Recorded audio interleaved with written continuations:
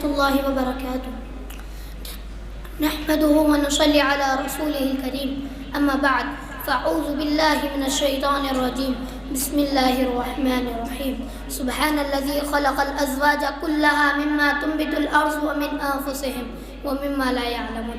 صدق اللہ العظیم. جناب صدر جلسہ اور سامعین کرام، آج میری تقریر کا عنوان ہے اسلام اور سائنس. کہ یا ربی التجا ہے کرم تو اگر کرے، کہ یا ربی التجا ہے کرم تو اگر کرے، وہ بات دے زباں پر جو دل پر اثر کرے. برادران اسلام، جس دور سے ہم اور آپ گزر رہے ہیں وہ سائنس اور ٹیکنالوجی کا دور کہلاتا ہے. آج قدم قدم پر سائنسی ایجادات ہے، مادیات کے نئے نئے انکشافات کا چرچا ہے. انسانیت کے دامن میں علم و دانش کی بھرپور تجلیہ ہے. بلندیاں اس کے سامنے سے سمٹ چکی ہے. حقیقوں کے جاننے کا جذبہ آج عروج پر ہے، اور یہی چیز سائنسی تحقیقات کا محور بنی ہوئے ہے. خداوند قدوس نے بھی عقل و انسانی کے گروہوں کو کھول دیا، جس کا نتیجہ یہ ہوا کہ آج انسان ہوا کے دوش پر اڑ رہا ہے، فضا میں اسٹیشن بنا رہا ہے، چاند پر کمندر ڈال رہا ہے، سورج کی شعاع کو گرفتار کر رہا ہے، زمین کے پوشیدہ خزانے کو نکال رہا ہے. غرض کہ آج سائنس اور ٹیکنالوجی نے اتنی ترقی کی جس کا تصور بھی نہیں کیا جا سکتا. لیکن سوال یہ ہے کہ کیا اس سائنسی ایجادات اسلام کے لیے چیلنج ہے؟ کہ اس سے اسلامی عقائد پر کوئی حرف آتا ہے؟ نہیں، بلکہ اس سے اسلامی عقائد کی تائید ہوتی ہے. قرآن دعوے کی حقانیت کو کھل کر سامنے آتی ہے. قرآن نے 1400 سال پہلے ہی اعلان کیا تھا وَسَخَّرَ لَكُمُ اللَّيْلَ وَالنَّهَارَ کہ چاند اور سورج تمہارے تابع ہے، تمہارے حکم کے فرما بردار ہے، دنیا کی ساری چیزیں تمہارے تابع ہے. یہ بلند پہاڑیاں، یہ دریائے شور، یہ ٹھاٹے مارتا ہوا سمندر، یہ پور آشوب موجے، یہ چمکتا ہوا چاند، یہ جگمگاتے ہوئے ستارے، یہ چڑھتا ہوا سورج، یہ چرند و پرند، یہ کوہ و صحرا، سب کے سب تمہارے تابع اور غلام ہیں. لوگوں نے تعجب کا اظہار کیا اور کہا یہ محض افسانہ ہے. بھلا یہ کیسے ممکن ہو سکتا ہے کہ کروڑوں میل کی اونچائی پر طلوع ہونے والا سورج، ہزاروں میل کی بلندی پر چمکنے والا یہ چاند ہمارے تابع کیسے ہو سکتا ہے؟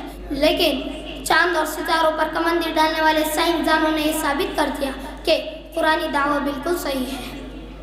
اسی طرح جب محمد عربی صلی اللہ علیہ وسلم کو خدا نے معراج کرا کر ہم کلامی کا شرف عطا کیا تو حضور صلی اللہ علیہ وسلم نے کفار و مشرکین سے کہا آج رات میں نے بیت المقدس کا سفر کیا، راتوں رات آسمان پر گیا، خدا سے کلام کیا. تو مشرکین مکہ انکار کر بیٹھی کہ اتنی قلیل مدت میں جنت اور دوزخ کی سیر کیسے ممکن ہو سکتی ہے، بیت المقدس کا سفر کیسے ممکن ہو سکتا ہے.